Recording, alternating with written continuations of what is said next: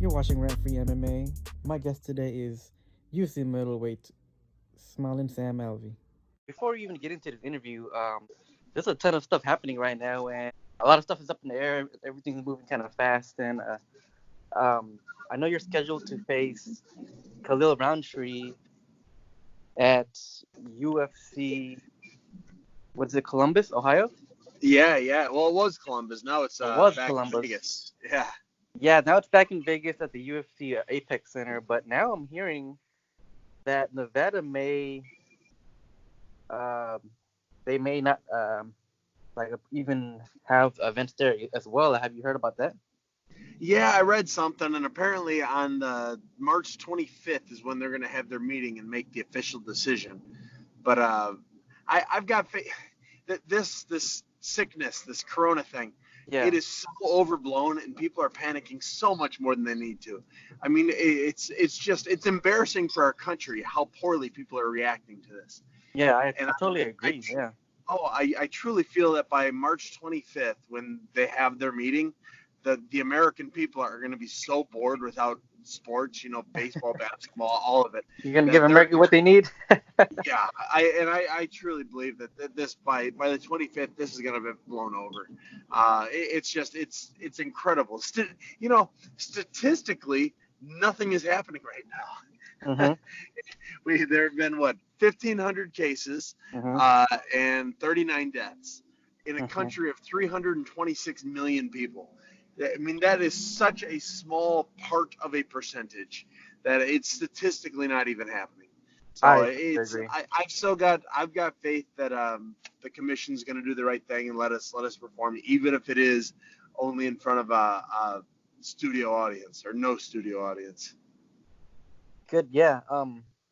Yeah. I mean, I totally agree. I think what's spreading faster than the virus itself is just all the craziness of people, and yeah, that's actually worse than the virus itself. All the bad stuff you see in the media and stuff. So yeah, hopefully the 28th still happens wherever that location is going to be at. So I can't imagine how that's affecting like some of the training of the fighters on this card. Like are you still going like 100%? I mean, obviously you probably are, right? You're still training Yeah, 100%. no, I'm still 100%. I haven't slowed down at all. And Like it's, mentally, how do you feel mentally?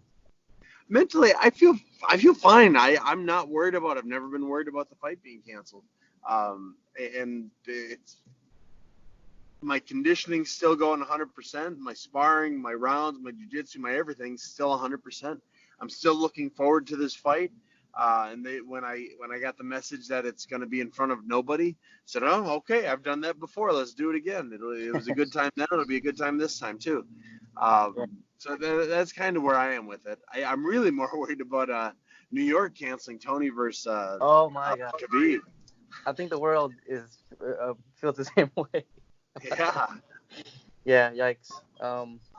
Yeah, but I mean, so let's just get into a couple of questions actually I had lined up. Sam, every time I see you in the media, you're always smiling. That's why your name's Smiling Sam. You're always in a good mood. You're kind of like, no offense, you remind me of Ned Flanders a little bit, just because you're always in a great mood. You have great vibes. I mean that in the most endearing way possible. Like, does anything I, ever piss you off? uh, yeah, I'm sure there's something. Uh, I'll let you know when it turns up. Uh, no, there's so much good in my life. I don't need to Yes. waste all that time worrying about the bad. And fighters get that rap for always worrying about the bad, and I've never understood that. So I, I I'm just I completely accept all the good that my life that the good Lord has given me. That's good. That's good. Like you sound very like a really grateful person, and like that. It's kind of infectious. Like you seeing, like I'm always looking forward to your post fight interviews, just because it always cracks me up. Because it's always something really funny, and yeah, I'm a big fan of yours. Well, good. I appreciate that. Thank you so Yeah. much. Now the way you fight in the cage, even then you're still smiling. Like I can't imagine your opponents looking at you and like, yeah, this guy's smiling at me. Like how do you? But Uh, yeah. I get the comments. "Oh, I'm gonna knock that smile off his face. Hey, you're welcome to try. It's it's no longer Yeah. you know, every other opponent has said the same thing. And Yeah, I wouldn't want to pick a fight with you at a bar with a guy smiling at me. I wouldn't even know what to say. Yeah. So in the cage, you're a southpaw. But it looks like you're always landing that right hook as well. Like which punch do you think is a harder punch for you, that left straight or that right hook? I like to say that my best punch is the punch that lands. It doesn't necessarily have to land perfectly, but my right hook does tend to land more often. But that cross has flattened a few people as well. It's really whichever one touches first is usually the better punch. Okay, which one do you think you can punch harder with? Shoot, I guess there's only one way to find out. I should go yeah, I there was gonna and say I connect you don't and let even you punch me, huh? Yeah, we'll see how long you stayed on. That'll be our measurement. All right, so you're facing Khalil Rountree. What are your thoughts on your opponent and any predictions? Yeah, I'm gonna knock him out. He's a Muay Thai fighter. He's got some skills. He's gonna kick the tar out of my front leg because everybody does, and I apparently just don't check kicks. So he's gonna kick the tar out of my front leg, but that doesn't bother me. I've been kicked by people that kick harder than him, and I get kicked often by people that kick harder than him. So it's not gonna really slow me down, and I'm gonna get that knockout. You're guaranteeing the fans is gonna be a fun fight. Is that what you're telling me? Yeah, I guarantee it's gonna be a fun fight. It's two guys that want to kind of hurt each other. It's gonna be fantastic. Good. I'm pleased to hear that. I see in your record you're on a bit of a losing streak. It's a streak that you've never dealt with in your career so far. Do you have any pressure going into this fight, like to perform, or is there anything in the back of your mind at all about? No, it's not in the back of my mind. I know if I lose this fight, I'm out of the UFC. It's not pressure; it's inspiration. I love the UFC. I love what they've done for this sport. I love the way they treat me. I love the way they treat all their fighters, and I want to fight for them for another 10 years if I can.